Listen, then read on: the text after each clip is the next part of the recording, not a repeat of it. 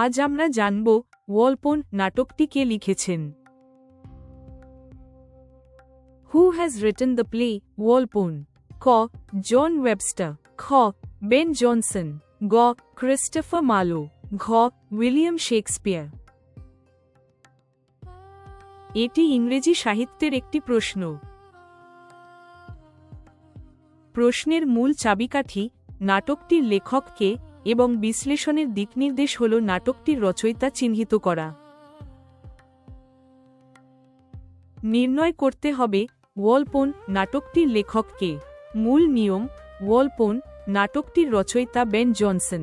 প্রয়োগ: Ben Jonson ইংরেজি সাহিত্যের জ্যাকোবিয়ান যুগের একজন বিখ্যাত নাট্যকার, যিনি ১৬০৬ সালে এই বিখ্যাত কমেডি নাটকটি রচনা করেন।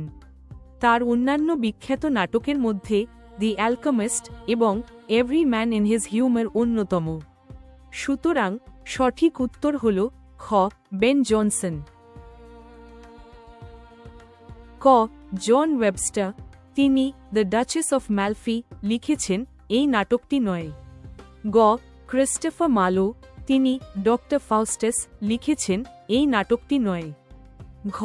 উইলিয়াম শেক্সপিয়ার, তিনি হ্যামলেট লিখেছেন, এই নাটকটি নয়। অনেকে উইলিয়াম শেক্সপিয়ার মনে করে, কিন্তু প্রশ্নটি ওয়ালপোন নাটকের লেখক নিয়ে, তাই উইলিয়াম শেক্সপিয়ার বাছাই করা ভুল। বেন জনসন এর ওয়ালপোন বা দ্য ফক্স হল তীক্ষ্ণ সামাজিক ব্যঙ্গাত্মক কমেডি, স্যাটিরিক কমেডি, যা ১৬০৬ সালে প্রথম মঞ্চস্থ হয়। ব্যাখ্যা: নাটকটিতে ভোলপোনে নামের এক ধনী ও ধূর্ত ব্যক্তির ভণ্ডামি, মানুষের অতিরিক্ত অর্থলোভ এবং নৈতিক অবক্ষয় অত্যন্ত নির্মম ও রসাত্মকভাবে ফুটিয়ে তোলা হয়েছে। Try. Who wrote the play Doctor ফাউস্টাস?